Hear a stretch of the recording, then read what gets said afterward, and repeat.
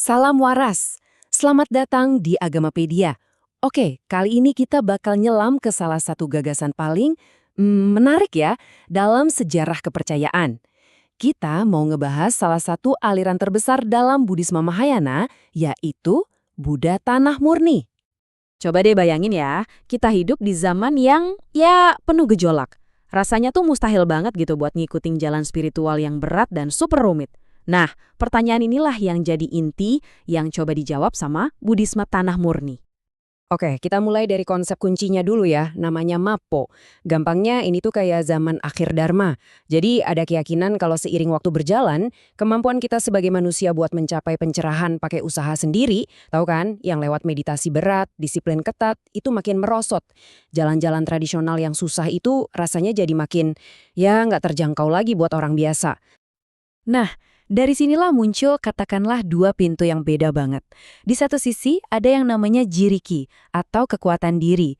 Ini jalan tradisional, jalan para bijak yang super berat dan nuntut banget.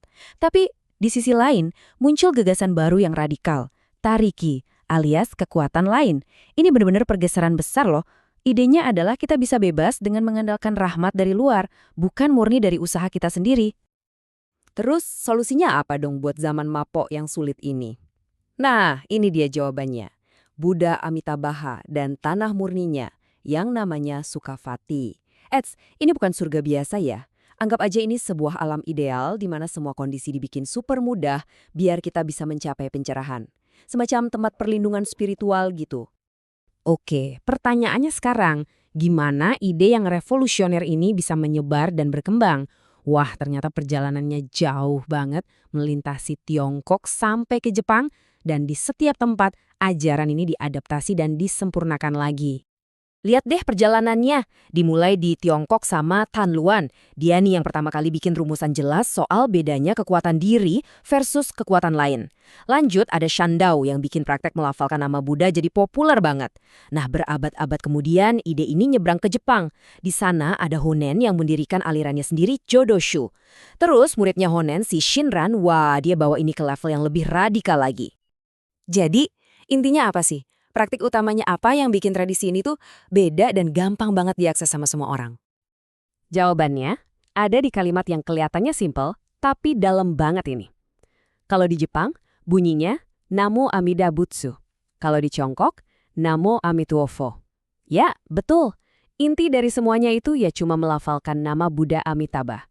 Sebuah praktek yang bisa dilakuin siapa aja, kapan aja, di mana aja. Nah, praktek ini punya nama khusus. Di Tiongkok disebut Nianfo, kalau di Jepang namanya Nembutsu. Tapi jangan salah, ini tuh bukan cuma sekedar ngucapin berulang-ulang kayak mantra kosong ya. Ini adalah tindakan mengingat Buddha.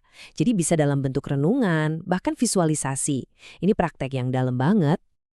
Tentu aja, nggak semua orang setuju sama jalan mudah ini. Ide ini memicu kontroversi yang cukup panas loh. Terutama dari aliran Chan, yang mungkin kita lebih kenal sebagai Zen. Buat mereka yang menekankan meditasi ketat dan usaha diri, jalan tanah murni ini dianggap kayak, jalan pintas buat orang bodoh, dangkal, dan cuma delusi. Tapi para master tanah murni nggak tinggal diam dong. Mereka ngasih pembelaan yang nggak kalah sengit. Pertama, mereka bilang para kritikus dari Chan itu sombong. Kedua, mereka negesin kalau praktek Nianfo itu bukan pelarian, tapi justru bentuk meditasi yang sangat dalam yang disebut Sanmei. Dan yang paling penting, kata mereka, pada akhirnya kan tujuannya sama, pikiran yang murni. Wah, ini jadi perdebatan filosofis yang seru banget. Nah, perkembangan paling unik dan bisa dibilang paling radikal itu datang dari Shinran di Jepang. Kalau gurunya, Honen, masih fokus ke seberapa sering kita melafalkan Nembutsu, Shinran ini beda. Menurut dia, bukan jumlahnya yang penting, tapi Shinjin. Apa itu? Keyakinan total yang pasrah, yang merupakan anugerah langsung dari Amitabha. Bahkan, menurut Shinran, kita nggak perlu nunggu mati buat terlahir di tanah murni. Status itu udah dikunci saat ini juga, di sini, begitu kita punya keyakinan itu. Wow. Oke, terus gimana nasib ajaran ini sekarang? Apa warisannya di dunia modern? Yuk kita lihat. Lihat angka ini, 40%. Angka ini luar biasa banget. Kenapa? Karena ini adalah persentase penganut Buddhisme di Jepang saat ini yang ikut aliran tanah murni. hampir separuh. Ini bukti nyata betapa kuat dan awetnya pengaruh dari sebuah ide. Ide tentang jalan spiritual yang terbuka buat semua orang, bukan cuma buat para elit spiritual aja. Secara kelembagaan, ajaran ini akhirnya membentuk beberapa tradisi besar yang masih ada sampai sekarang. Di Tiongkok, kita punya Jing Song. Terus di Jepang, popularitasnya meledak dan lahirlah Jodoshu dari Honen dan Jodo Shinshu dari Shinran. Semuanya punya akar yang sama, ya di ide tanah murni ini, walaupun mungkin ada sedikit perbedaan penekanan di antara mereka.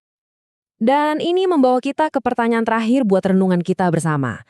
Di dunia kita sekarang yang makin kompleks, yang sering bikin kita ngerasa kewalahan, ngerasa nggak berdaya, kira-kira gagasan buat mengandalkan kekuatan lain, mau itu rahmat ilahi, dukungan teman-teman, atau sekedar bantuan dari luar, apakah itu masih relevan buat kita?